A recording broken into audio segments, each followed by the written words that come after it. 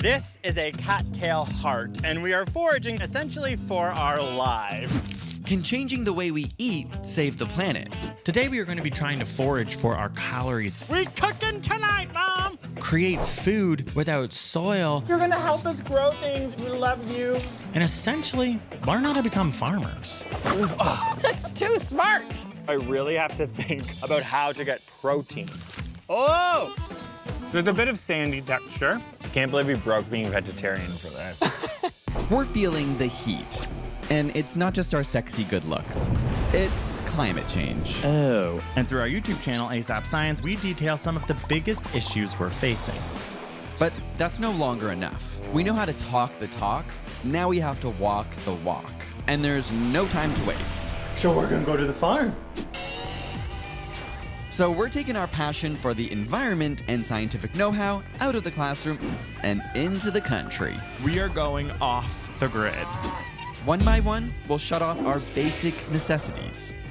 Production has officially turned off our power. I'm freaking out.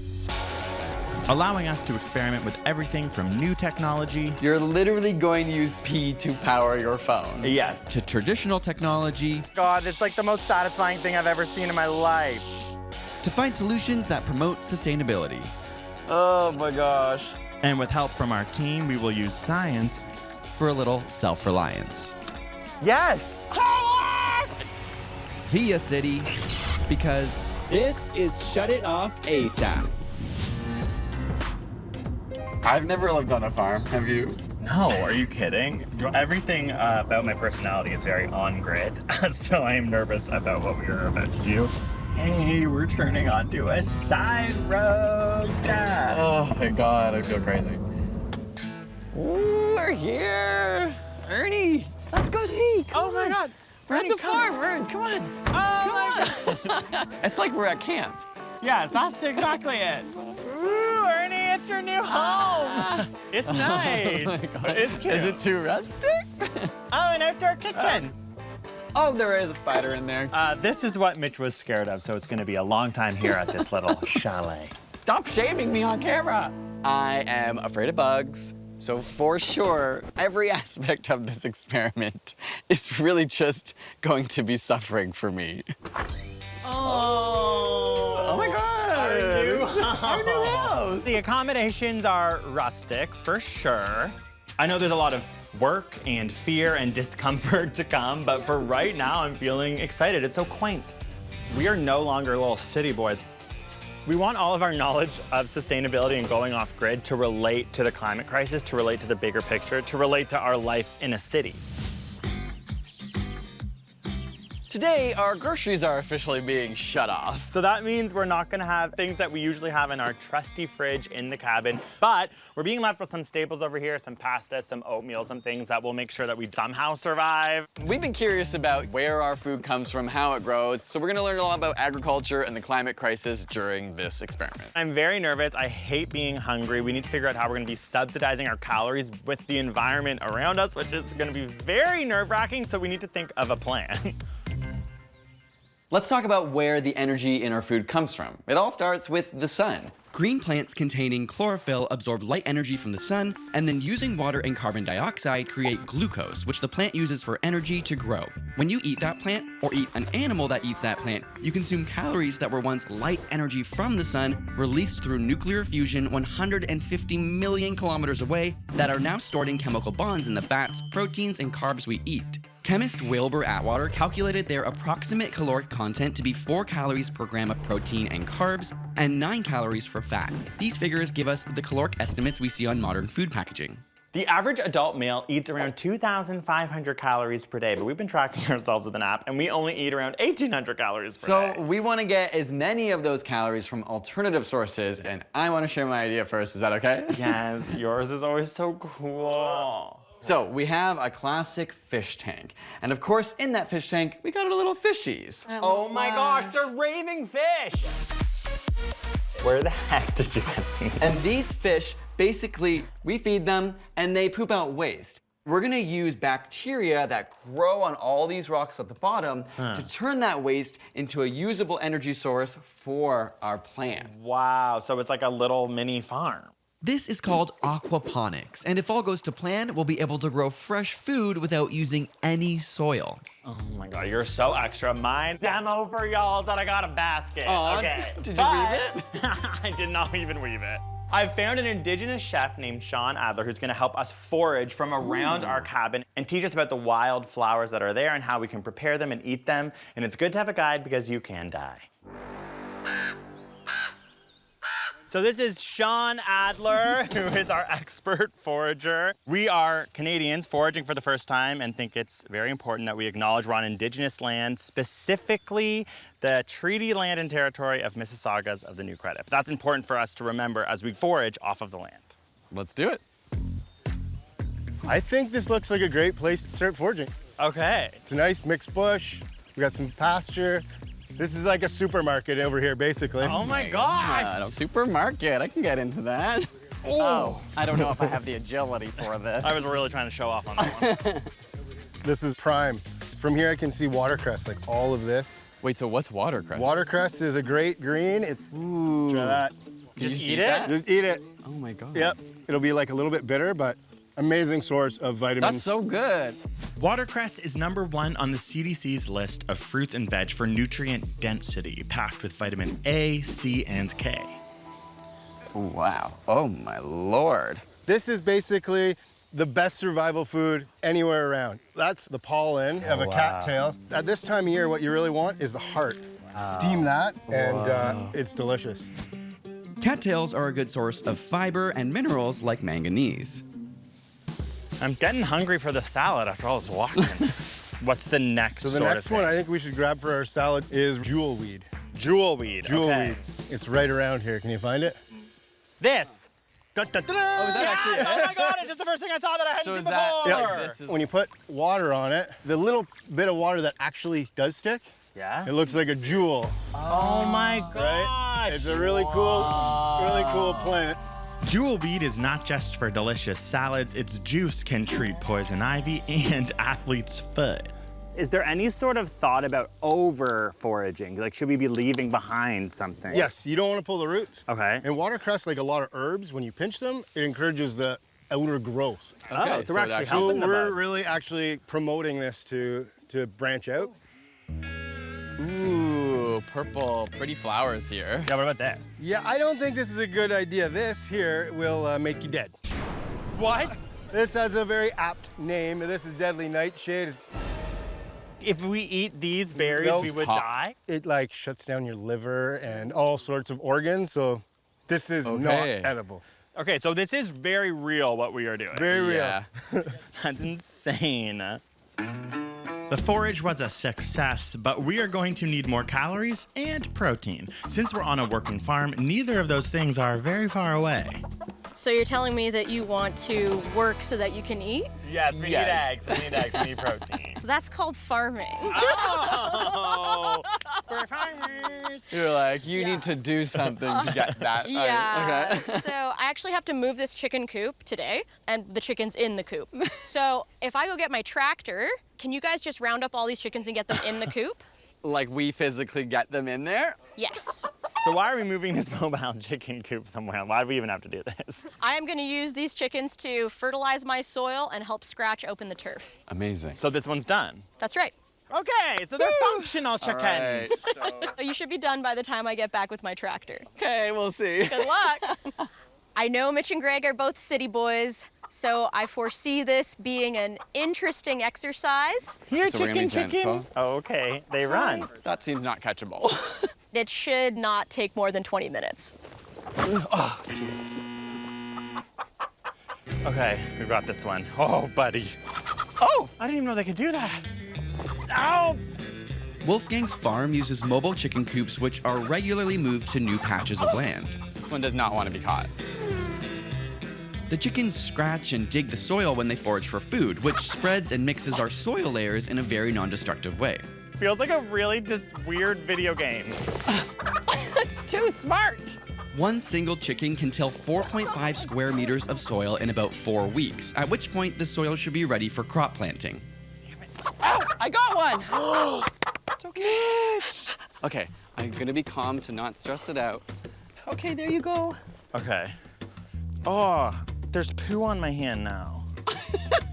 There's literally poo on my hand. So all I have is poo on my hand, and I haven't even caught one chicken. Chicken poop has the highest nitrogen, phosphorus, and potassium content of all animal manure. It adds organic matter and helpful bacteria that soil needs to break down plant matter. All this increases the health of the soil. Oh, we just want to put you with your friends. Got it. Another one! It was devastating for me. I really felt like I was gonna be good at it. We got one left. Here comes Wolf with the tractor. I got her! Oh my gosh, I'm so sorry. I Bring it love you. over. Are you okay? Now gently flip it over. It's calm, it's calm. Okay. Oh, there you go. We did it. Did you? We just finished. You just finished now. Yes. I feel like you could probably do what we did in 3 minutes. I think it's really great that Mitch and Greg are doing this. I love the opportunity to bring hard science to something that the average person does not associate with hard science, which is agriculture. Oh. 1 dozen eggs, Thank as you promised. so much. There's a little bit of poo on them, but that's perfect. normal. There's For poo the on my memories. hands. Yeah. Yeah, there's literally poo all over us. How many farms are doing this versus those large tilling processes? It's increasingly popular. Agriculture is bad for the planet, full stop. It's not what the planet wants. It's Right. not what's healthiest for the soil. Soil is a living, breathing ecosystem with a complex structure of plants, roots, and microorganisms working together. Tilling disrupts that system. It breaks up the structure and makes it more vulnerable to being washed away. It removes the live roots that are the microbes' food. It opens up channels that can flood with water, then prevents the microbes from getting enough air. This not only damages the soil quality, but also makes it release chemicals into the waterways and carbon dioxide and methane into the atmosphere. The global population is expected to increase by almost 2 billion in the next 30 years, and over 1/3 of the world's farmable land is currently being lost to pollution and erosion. By the way, soil erosion is happening at a rate 100 times greater than soil formation. It's clear we have a huge problem. We have to think more about how we get our food. I'm curious, as a farmer, what advice you have thinking of climate change and the global crisis, like how we can shop and think about our food. Happy animals make for a happy microecology, make for happy soil, make for a happy environment. We are actively helping to sink some of the carbon in the atmosphere back into the soil. When we do that, we will starve if we keep just like taking everything we can without putting some back. So it's as simple as that. Well, Wolf, thank you so much. You taught us so much. You're the best. You're so cool. The last question is, are we allowed to let our new best friends out of the coop now? It would be weird if we didn't after that conversation. Look, you got new land. And it's satisfying to move a chicken coop and then fertilize new soil and feel like you're helping out with like the biosphere and creating a carbon sink on this farm. That feels good.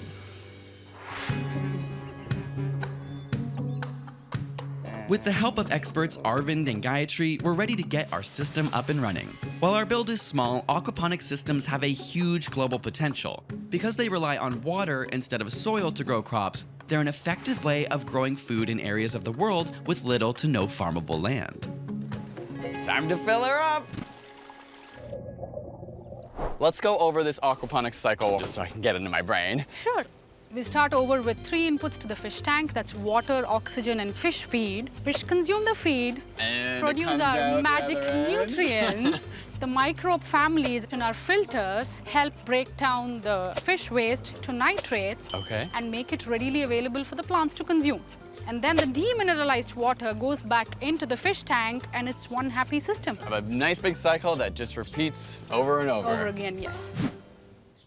Plants need nitrogen to make the amino acids that are their building blocks. Without it, they can't grow and they'll lose their green color. Although they can't absorb nitrogen from the air, their roots can suck up nitrate compounds. We've got our air bubbles going through both tanks. Everything's circulating in the system. So we're gonna take our lettuce board, place it on top, and then tomorrow our fishies come, then the whole thing is complete. It's time to turn the day's harvest into a tasty lunch of fried cattails and salad. Okay, let's get started, chef. We'll get our cattail hearts cooking. garlic mustard. I'll chop it up and then I'll get you to grind it in our mortar. I'm good at smashing stuff. So, yeah. To all my high school bullies! That looks great. I'm gonna make a vinaigrette. Whoa! We cooking tonight, Mom! What's going on here? Oh, you're just in time for me to toss the salad! Oh my gosh, okay, what's this cool? going on? So we've made a garlic mustard pesto, fire roasted cattail hearts with our watercress and jewel weed salad. Needs some color though. Oh Yep. my God, okay, this is the thing! Nasturtium, edible flowers! Oh, perfect. Ooh. That is great. You guys. Now we can eat. Oh yeah. It is so fresh. It's so delicious. I can't get over the cattails. Never even really tasted anything like it. Good job, you guys. Like, I did not expect to come down to like a gourmet meal. So good. Thank you so much. You've honestly changed my perspective on a lot of things today. And without you, I think we might have died by eating that nightshade.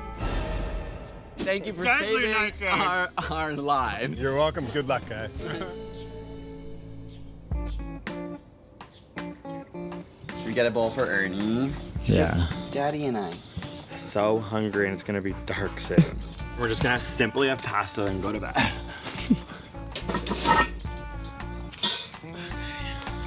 Oh my God. That could have been it. Could have been it. We want it al dente. It might still be really hard, we'll see. Oh, very al dente. Oh yeah, it's crunchy. Needs more time.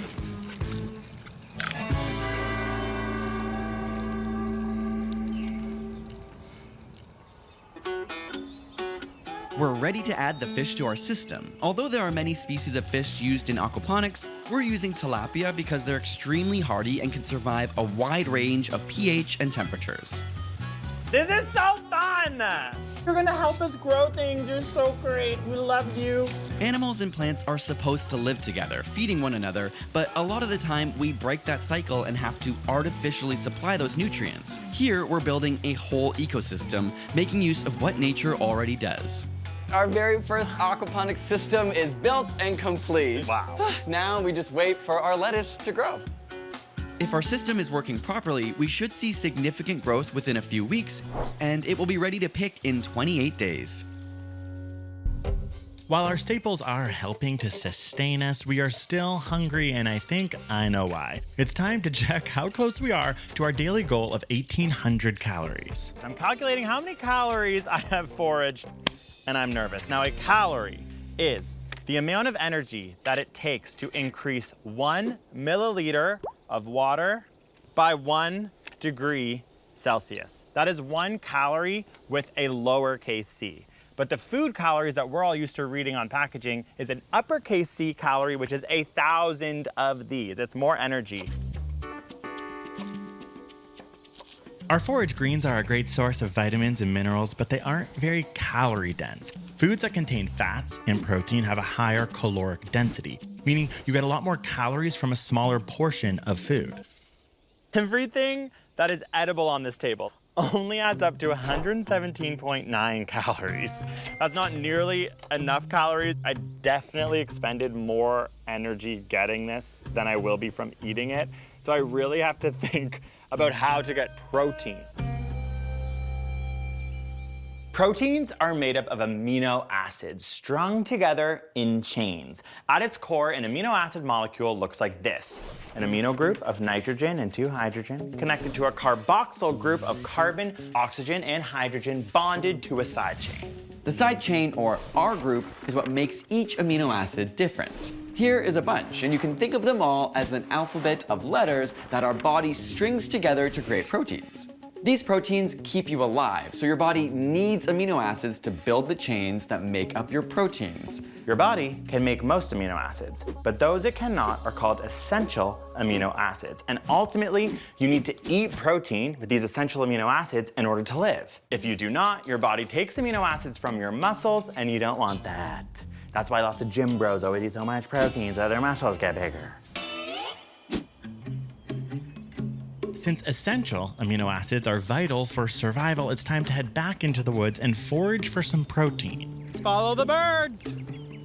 Part of the challenge is this season. A lot of high-calorie, high-protein foods like nuts and seeds are only available in the fall here in Ontario. So this is an immature black walnut. They're gonna grow about 3 or 4 times that size. So you can see the nut inside hasn't formed yet. Sean had shown us some walnuts, but they were still too early to eat, so I'll need to get creative. Earthworms are 60 to 70% protein, so they're the way that we are going to be getting protein from foraging, and they have essential amino acids, lysine and methionine. They actually have more per gram essential amino acids than meat and fish. They also have vitamin B12 and omega-3 fatty acids. They also have lots of calcium, more than even cheese per gram. Oh! Here she goes.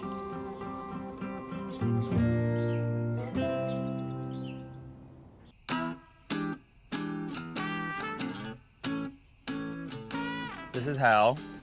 This is what, our 10th salad? I don't know. We've had a lot of a salad. There's hardly any protein in this. So far, I feel like we haven't got a whole system figured out for how we actually feed ourselves. You promise you're working on something for more sustenance, more protein, right? Oh, you're gonna love it, Mitch. Just you wait. Is it gonna be bad? Sorry, I almost just threw up in my mouth. That's a little foreshadowing. Okay, maybe I'll stick with the salad. I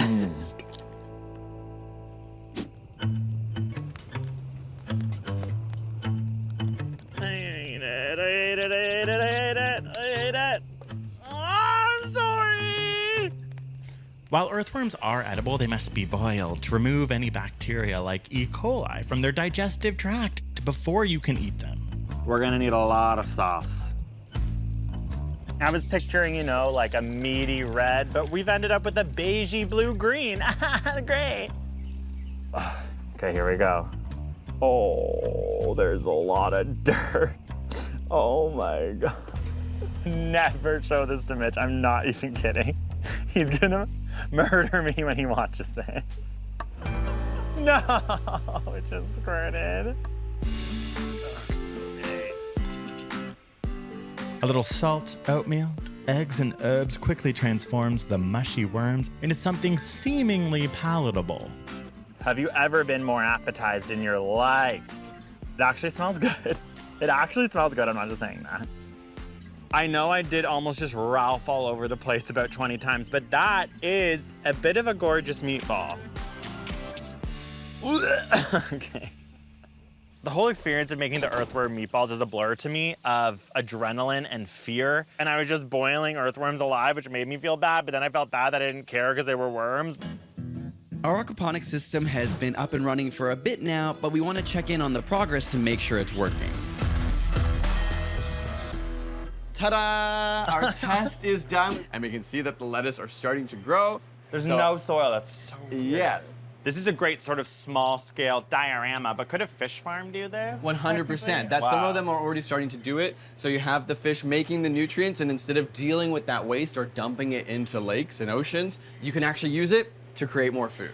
This is a great alternative for places that are in food deserts, that don't have the ability with rich soil to grow agriculture in the same way. Do we want to do a little taste test? Yeah, for sure. Okay. Cheers. Cheers. I was a little concerned that it might taste like fish, and it doesn't at all. It tastes Oh my God, imagine tilapia. That tastes It's really great. good. I mean, it tastes like lettuce. Our aquaponics setup is working, and although the lettuce hasn't grown enough for us to eat, we're leaving the system on the farm where they can use it to grow crops in the future. Lots of oil. Something we're gonna hope's gonna help. Oh, the sizzle! Woo! I never plan to eat earthworms. As a vegetarian, I have ample amounts of peanuts on my hand to get my protein, some quinoa. It's looking like a meatball. It's exciting. It just looks like there's a little bit of intestines and plastic tubes spilling out of one of them. But other than that, it looks pretty good. Hola, Mitchell. Welcome to my Italian restaurant. Have a seat.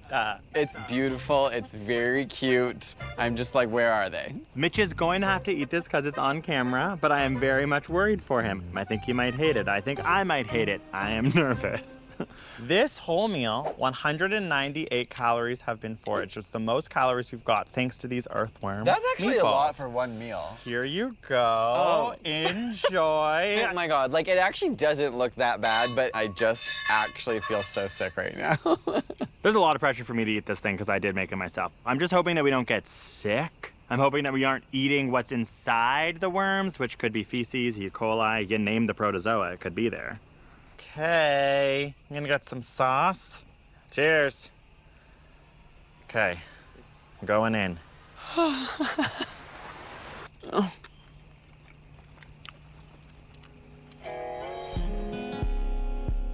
It's not that bad, actually. I don't mind it. I don't We mind have it. a little pasta as a palate cleanser. I really don't like when you can kind of sort of see the intestinal looking parts of Wait, the where's worm. that? Don't look close, bud. Keep eating. What did you season it with? Herbs. Salt, pepper, and oil. So is this a romantic meal?